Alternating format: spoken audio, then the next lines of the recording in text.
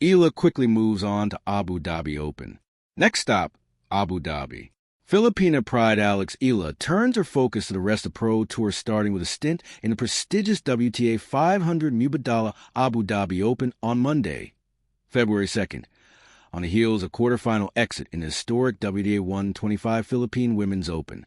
The 20-year-old sensation did not waste time moving forward, departing Friday for the bustling Middle East city as the first-ever women's pro tennis tourney at her home braved on when all four and Final Four cast at the refurbished Rizal Memorial Tennis Center.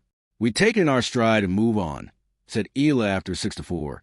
6-4 defeat in the last 8 at the hands of 5th seed Colombian Camilo Osorio amid a roaring home crowd edge. "I will just do my best to learn what I can from this match. I just got off a loss, so I think my goal in Abu Dhabi is just to try to win and take it match by match." In Abu Dhabi, Eala listed as a wild card in the stacked main draw featuring some of the sport's titans, including reigning champion Belinda Bencic of Switzerland, Australian Open finalist Elena Rybakina of Kazakhstan, Paris Olympics gold medalist Zheng Qinwen of China, Maya Join of Australia, Yelena Ostapenko of Latvia, Sofia Kenin of the United States, and Barbara Krejcikova of Czechia among the few. Up for stakes in the Middle East are crucial ranking points for Eala, who eyes to climb higher in the Women's Tennis Association, WTA, ranks after a banner 2025 that catapulted her to the world's top 50, now at number 49. "My team is working hard, and we're working hard to maintain the level that I'm at, and working even harder to go deeper and higher into the rankings," said Eala, ready to take on the world's best in spite of nursing a right leg discomfort at home.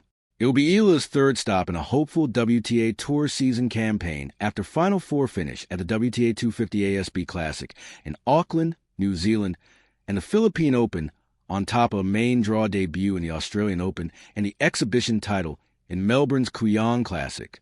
Prior to Abu Dhabi, Eala was the second seed behind top seed Tatjana Maria of Germany, number 42, who also got an early boot in the round of 16. In Manila with an anticipation from her compatriots to go deeper in the 32-player main draw to no avail. But contrary to dampen her expectations from some after she settled for a quarterfinal finish, Eala takes pride and honor from a bigger picture of bringing the WTA Tour for the Philippines, which would only add fuel to her drive leading to Abu Dhabi and the rest of the WTA Tour. Ang importante, nandito ako sa Manila, nandito ako Pilipinas at nandito ang WTA. Eala beamed, opting to magnify that feat not only for her, but for Philippine tennis as a whole. "My way of giving back to the Filipinos is by working hard and doing my best that I can on the WTA circuit. As I've heard from other people, I like to think that I've had something to do with this tournament coming alive."